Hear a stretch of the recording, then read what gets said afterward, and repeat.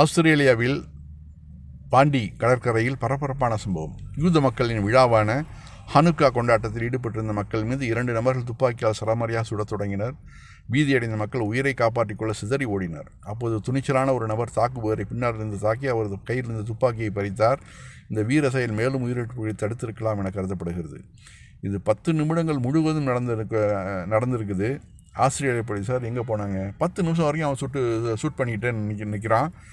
இந்த ஒரு போலீஸு காவலர்களும் அங்கே இல்லை. ஏன் இந்த மாதிரி நிலைமை? நம்ம நாட்டிலையும் அதே மாதிரி தான், இஸ்ரேல்லையும் இப்படி தான் பண்ணுவான். அதாவது அவனுடைய மக்களையே கொன்று போட்டுட்டு மக்கள் என்ன. இப்போ ஆஸ்திரேலியாவில் முஸ்லீம்களுக்கு நிறைய சலுகைகள், அவர்களுக்கு மத சுதந்திரம் அப்படின்னு கொடுத்து நிறைய ஆஸ்திரேலியாவில் நிறைய முஸ்லீம் கன்வெர்ட் ஆகிட்டு இருக்கிறாங்க எக்கச்சக்கமாக.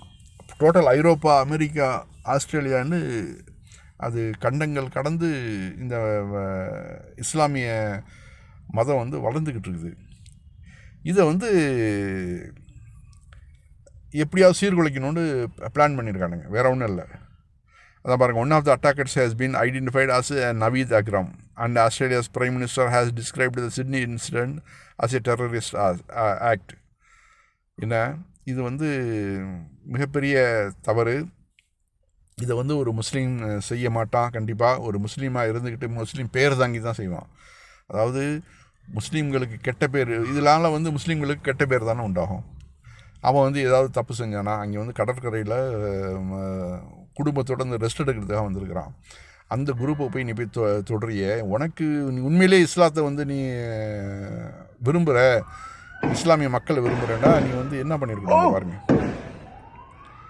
அந்த அவனை பிடிச்சது கூட ஒரு முஸ்லீம் தான் சொல்கிறாங்க. பின்னாடி போய் அவனை போய் பிடிச்சி அவனை காப்பாற்றினாங்க. அந்த அவனை துப்பாக்கி எடுத்து ஷூட் பண்ணானே, அவர் கூட ஒரு முஸ்லீம் தான் சொல்கிறாங்க.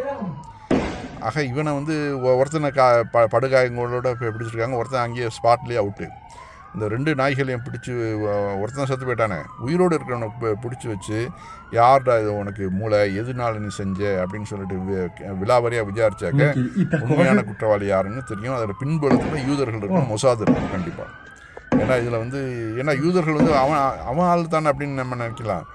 அவன் ஆளுகளே பலிகடாக்கி தான் அவன் சிம்பத்தியை உருவாக்குவான். இது வழி வழியாக நம்ம பல இடங்களில் நம்ம பார்த்துருக்கோம். அந்த மொசாதுடைய அரசியல் ஆதாயத்தோடு தான், அந்த ஆலோசனையோடு தான் நம்ம இந்தியாவிலையும் நடந்துகிட்ருக்கு சில குண்டு வெடிப்புகள்லாம். ஏன்னா அதையும் நீங்கள் நல்லா கம்பேர் பண்ணி பாருங்கள், உங்களுக்கு உண்மை விளங்கும். இந்த முஸ்லீம் வெறுப்பு தான் இதில் செய்ய சொல்லியிருக்கிறவங்க.